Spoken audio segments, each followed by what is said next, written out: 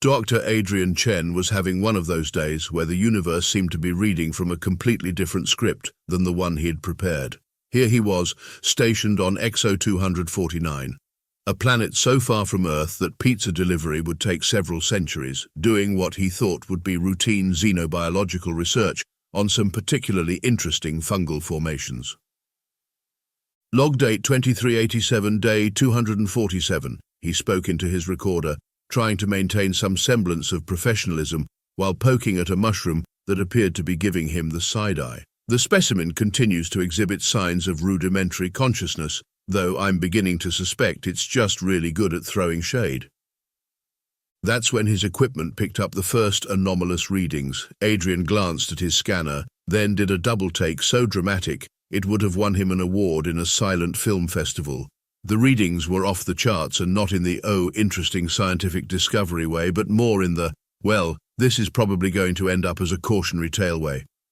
Base, we might have a situation here, he radioed, watching as the sky above him began to shimmer like a disco ball having an existential crisis. Either we're about to make first contact, or someone's throwing one hell of a party in the upper atmosphere. The response from base was surprisingly unhelpful, consisting mainly of static and what sounded suspiciously like someone dropping their coffee mug. Adrian made a mental note to file a complaint about communication protocols, assuming he survived whatever was about to happen. The Vraxians, as he would later learn they were called, had all the subtlety of a supernova in a library. Their ship descended from the clouds like a geometric nightmare, all angles and edges that seemed to ignore the basic principles of aerodynamics. Adrian's first thought was that somewhere a physics professor was having a stroke. "Greetings, Earth creature," boomed a voice that managed to sound both menacing and slightly constipated. "You have been chosen for our grand experiment." Adrian raised an eyebrow, looking up at the massive ship. "Did you just assume my planetary origin? That's a bit presumptuous, don't you think?" He knew he probably shouldn't antagonize the advanced alien species, but sarcasm was his default setting in stressful situations. The silence that followed was deafening. Adrian could almost hear the aliens processing his response, probably running it through their translation matrices multiple times to make sure they hadn't misunderstood. "Your response is irrelevant," the voice finally declared. "You will be collected." "Collected?" Adrian snorted. "Look, I appreciate the offer, but I'm not really into being part of anyone's specimen collection. I've got my own research to do, and these mushrooms aren't going to study themselves. Well, actually, they might. They're pretty weird mushrooms." Instead of a verbal response, a beam of light suddenly engulfed Adrian. As he felt himself being lifted off the ground, he had time for one last transmission to base. "Log update. Remember how I said this might be a first contact situation? Well, good news, I was right. Bad news, they don't seem to have a sense of humor. Also, someone might want to water my plants while I'm gone." The last thing he saw before being transported into the ship was one of his mushroom specimens, seemingly waving goodbye. He made a mental note to update his research papers, if he ever got the chance, to include possible sympathy from fungi in the observations. If the Vraxian testing facility was meant to be intimidating, Adrian thought it was trying a bit too hard. The walls pulsed with an ominous red glow, the corridors twisted at mathematically improbable angles, and the doors made unnecessarily dramatic whooshing sounds. It reminded him of a haunted house designed by someone whose only reference for scary was a badly translated horror movie manual. "Subject will remain silent during processing," droned a robotic voice as Adrian was marched down yet another identical corridor by two guards who looked like someone had crossbred a praying mantis with a filing cabinet. "You know," Adrian mused, completely ignoring the instruction, "you guys could really benefit from some interior decorating. Maybe a few potted plants, some motivational posters. Hang in there, baby," but with a tentacled alien instead of a cat. The guards exchanged what might have been confused glances, it was hard to tell with their compound eyes, but maintained their rigid posture. Adrian was about to suggest a nice water feature when they arrived at what appeared to be the main research chamber.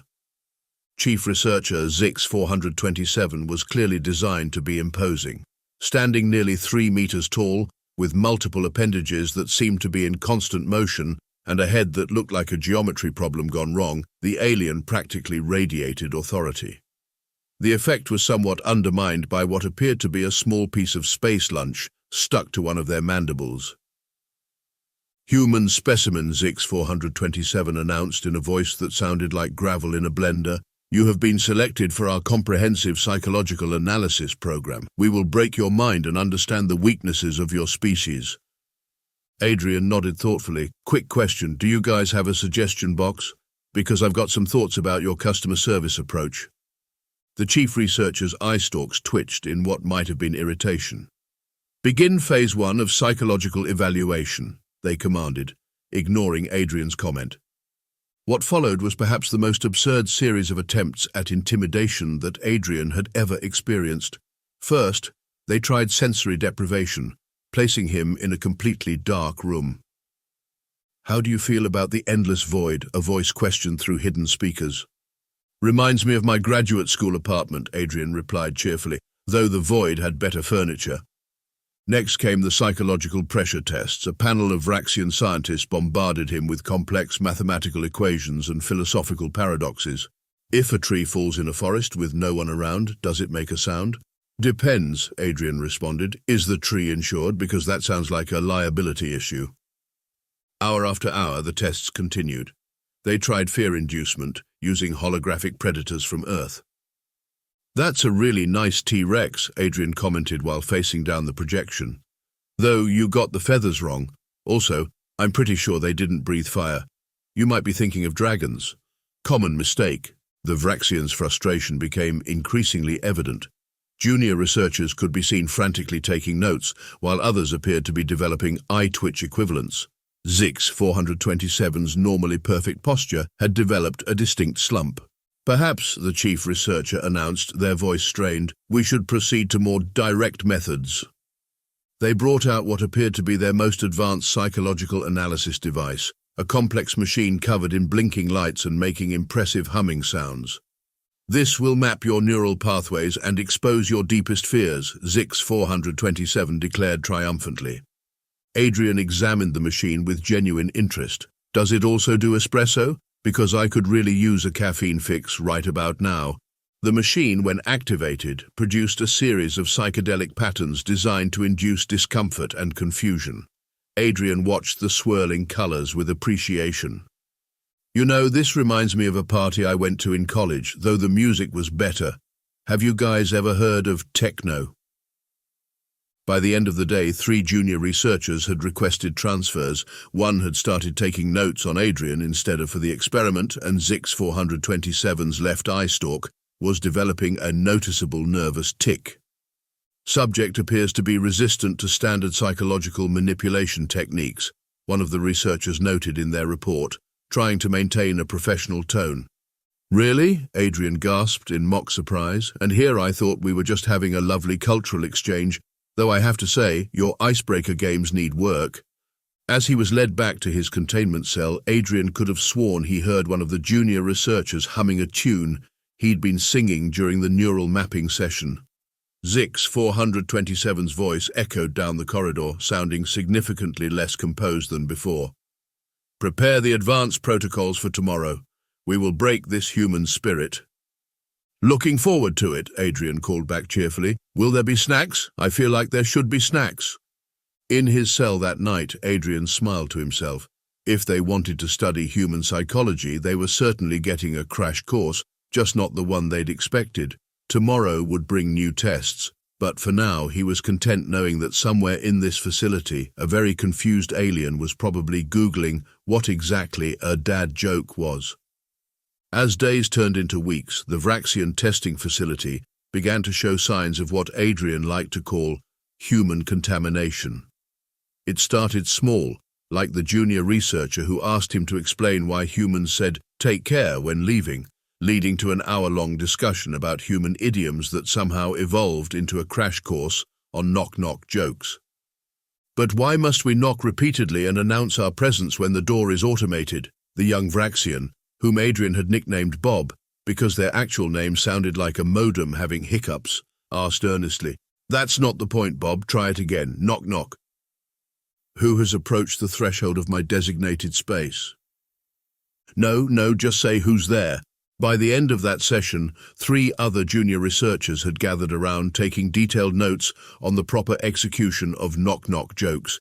Adrian suspected their research logs now contained more information about human humor than actual psychological analysis.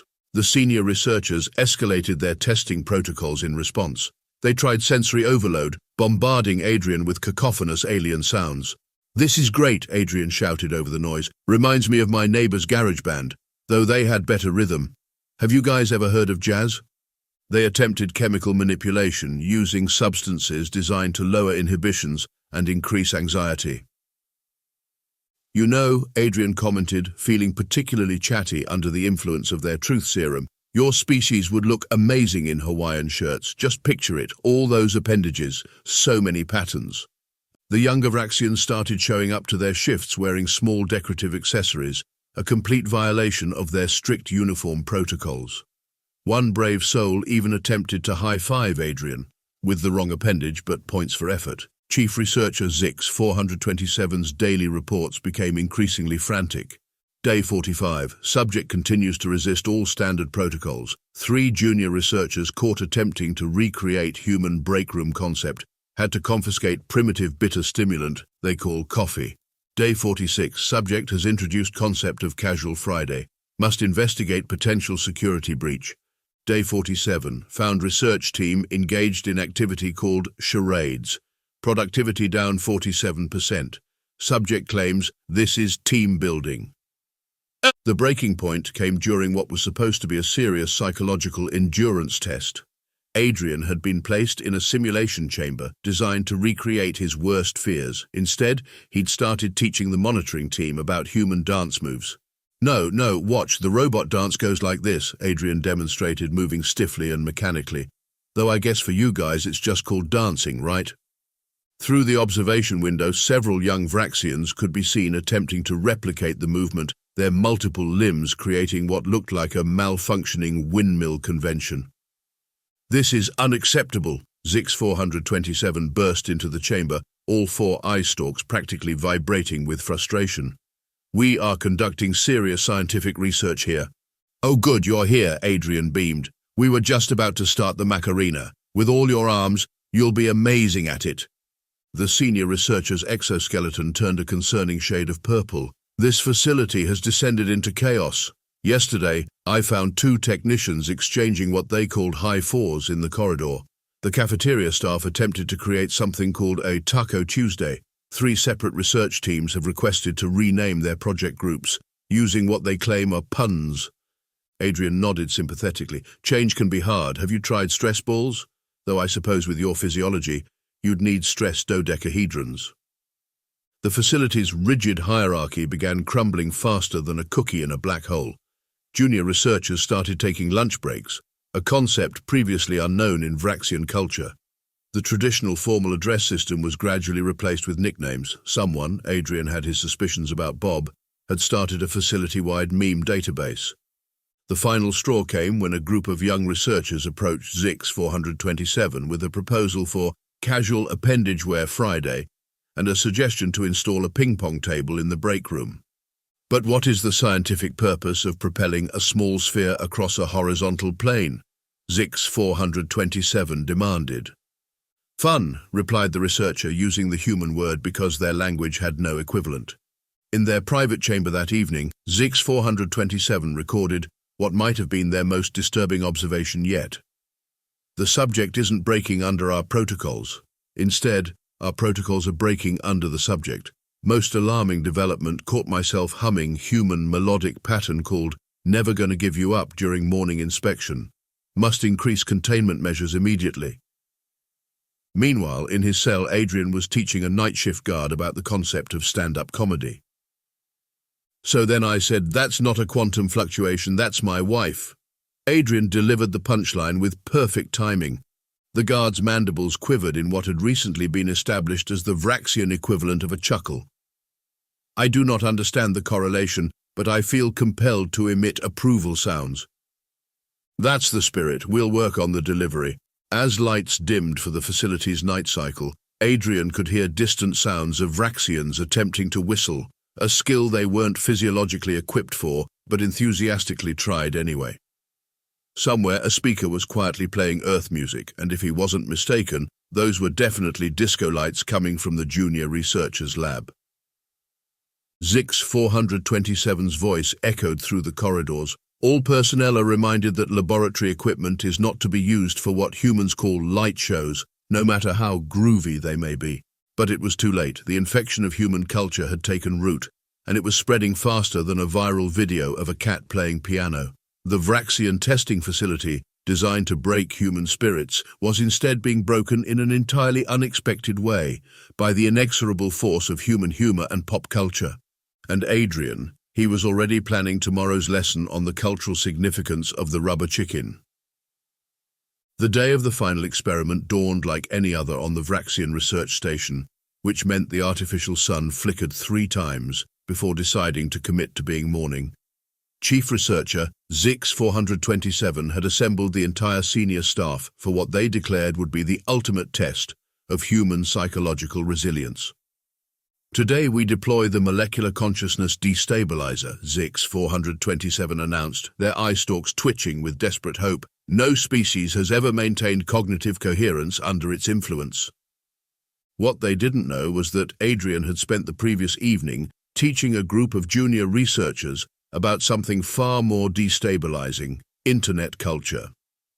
And that, my friends, is what we call a rickroll, Adrian had explained to his rapt audience.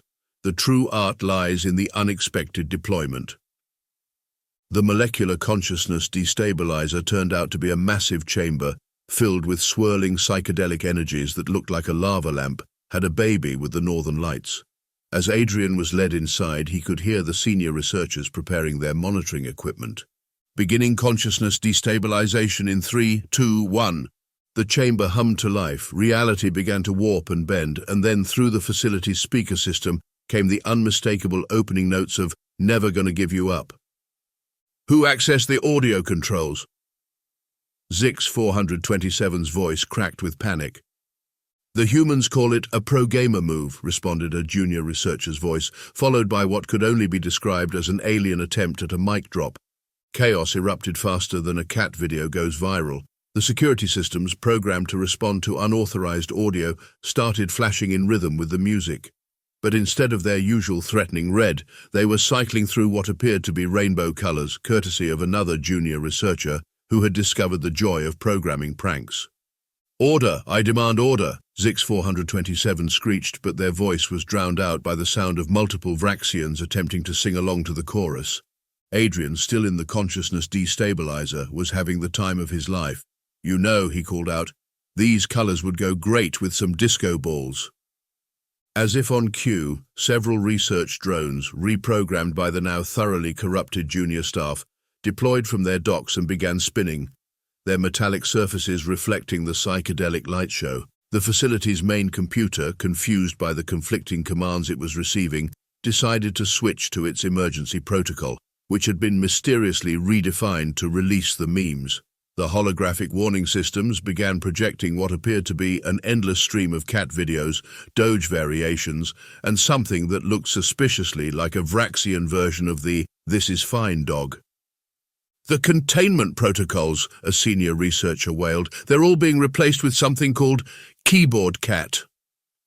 The rigid hierarchy that had defined Vraxian society for millennia crumbled like a house of cards in a tornado. Junior researchers were teaching their superiors about the concept of yeet.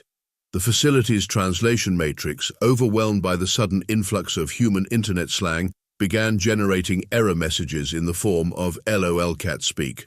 Emergency status, can has critical failure, much wow very chaos.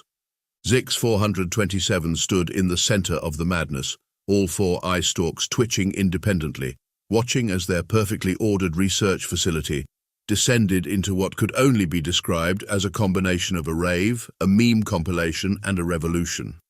But the experiment," they stammered. "Oh, the experiment's going great," Adrian called out cheerfully from the destabilizer chamber, which was now playing a light show synchronized to Sandstorm by Darude. "We're just collecting data on a different hypothesis. I call it the infectious nature of human culture, or how I learned to stop worrying and love the meme." The security robots, their programming thoroughly compromised by exposure to human entertainment algorithms, had formed a conga line. One of them had somehow acquired a tiny party hat. The final straw came when the facility's main artificial intelligence, designed to maintain order and discipline, began speaking entirely in movie quotes. "I'll be back," it announced as it shut down the consciousness destabilizer. "Help me, Obi-Wan Kenobi. You're my only hope," it added while opening all the facility's doors. "Life, finds a way," it concluded as it initiated what appeared to be a facility-wide dance party protocol. Zix 427 watched in horror as centuries of Vraxian protocol and discipline evaporated in a cloud of human-inspired chaos. Their perfectly ordered experiment had turned into something that defied every scientific principle they held dear. What have you done to our facility?" they demanded, their voice barely audible over the sound of Vraxians attempting to do the Macarena with their multiple limbs. Adrian, now free from the chamber and thoroughly enjoying the spectacle, shrugged. "I didn't do anything. I just showed them something more powerful than any consciousness destabilizer. The unstoppable force of human joy, memes, and the occasional dad joke." But this defies all logic," Zix 427 protested. "That's the neat part," Adrian grinned, quoting a meme that was probably already spreading through the Vraxian communication networks. "It doesn't have to make sense to be awesome." As if to punctuate his point, a group of junior researchers chose that moment to attempt a flash mob, their movements hilariously out of sync, but their enthusiasm unmatched in the history of alien choreography. News of the facility's transformation spread through the Vraxian communication networks faster than a quantum meme processor. The revolution wasn't fought with weapons or violence. It was won with cat videos, dance moves, and an unprecedented wave of what the Vraxians now called wholesome content. Senior staff members began evacuating in what they termed an organized tactical retreat, but looked suspiciously like running away from the unstoppable tide of human culture. Their escape pods launched to the sound of Bye Bye Bye by NSYNC, courtesy of the facility's now thoroughly reprogrammed AI. "We can't leave," Zix 427 protested, watching their carefully constructed world dissolve into happy chaos. "This is a containment facility." "Actually," offered one of the braver junior researchers, "according to the new organizational chart we made using something called Microsoft Paint, we're now classified as a cultural exchange and vibing center." The facility's transformation had caught the attention of the Vraxian High Council, who dispatched their most experienced diplomatic team to handle the situation. They arrived to find the research station's exterior decorated with what appeared to be a giant smiley face made from repurposed scanner arrays. The diplomatic team's leader, Grand Negotiator Klex 892, stepped into the facility and was immediately greeted by the sound of elevator music, specifically a Vraxian attempt at covering "Never Gonna Give You Up." "What is the meaning of this insurgency?" Klex 892 demanded. Adrian, now sporting a makeshift name tag that read Chief Vibing Officer, stepped forward. "Insurgency? Nah, we're just hanging out. Would you like to learn about something called high fives? Bob here has almost mastered it with 3 of their appendages simultaneously." The diplomatic team watched in bewilderment as a group of junior researchers demonstrated their latest project, a zero-gravity dance floor where Vraxians could utilize all their limbs for maximum boogie potential. "This is a violation of at least 73 cultural protection protocols," Klex 892 sputtered. "Oh, we know," responded a former security officer, now wearing what appeared to be a tie-dye lab coat. "We counted. Then we had a protocol-breaking party. Would you like to see our TikTok about it?" What followed was perhaps the most unusual diplomatic negotiation in galactic history. The High Council representatives found themselves unable to maintain their stern demeanor in the face of relentless human-style positivity and memes. "The thing is," Adrian explained to the diplomatic team over something the cafeteria staff had dubbed space tacos, "you guys have been so focused on breaking humans that you never considered we might be better at fixing things, like that stick in your collective societal behind." Klex 892, who had somehow acquired a novelty foam finger during the negotiations, found themselves nodding. "Your species' ability to spread chaos is impressive." "Not chaos," Adrian corrected, "joy. There's a difference. Chaos is what happens when things fall apart. This is what happens when things fall together in a new way." The resulting agreement was unprecedented in galactic politics. the facility would be officially redesignated as the first human Vraxian Cultural Exchange Center, with Adrian appointed as its director, chief meme officer according to the official paperwork, which was decorated with stickers. Zix 427, in a stunning turn of events, requested to stay on as Senior Research Fellow in Human Vibing Studies. They were last seen attempting to learn the moonwalk with surprising dedication for someone with an exoskeleton. "I still don't understand half of what humans do," they admitted to Adrian, "but I find myself wanting to understand more. Also, these dad jokes are growing on me like a fascinating cultural fungus." The facility's success led to a galaxy-wide revolution in interspecies relations. Other alien races, hearing of the Vraxians' transformation, began requesting their own cultural exchange programs. The concept of fun spread through the galaxy like a benevolent virus, causing what historians would later call the Great Galactic Chill-Out. As Adrian watched a group of Vraxian scientists teach a delegation from another species how to do the wave, with varying degrees of anatomical success, he couldn't help but smile. They had set out to break him, but instead he had fixed something they never knew was broken. "You know what the best part is," he remarked to Bob, who had been promoted to Deputy Director of Getting Down. "What is that, friend Adrian? We did it all without a single PowerPoint presentation." 5 years after what became known as the Great Vibe Revolution, Adrian stood before the Galactic Council, delivering his annual report on human-alien cultural relations. The council chamber, once a model of sterile efficiency, now featured disco balls and a small snack bar. "And in conclusion," Adrian announced to the assembled delegates, "the Vraxian Empire has reported a 500% increase in productivity since implementing mandatory dance breaks and casual Fridays, though we're still working on the concept of weekends baby steps." The Vraxian High Commander, wearing what appeared to be a Hawaiian shirt adapted for multiple limbs, nodded in agreement. Their species had undergone the most dramatic transformation in galactic history, from rigid authoritarians to the universe's most enthusiastic party planners. The final irony: the original experiment data was eventually published in the Galactic Journal of Xenopsychology. Its title, Breaking Points: How Human Culture Successfully Invaded and Transformed an Entire Species Through Strategic Deployment of Vibes. The paper became required reading at the Vraxian Science Academy, right alongside Advanced Memetics and Introduction to High-Fiving, Multiple Appendage Edition. As Adrian left the council chamber, he passed by the newly installed Facility Museum. There, in a place of honor, sat the original molecular consciousness destabilizer, now repurposed as a jukebox. Next to it, a small plaque read, "In memory of Operation Breaking Point." Turns out the real experiment was the friends we made along the way. And somewhere in the facility, Rick Astley was still playing.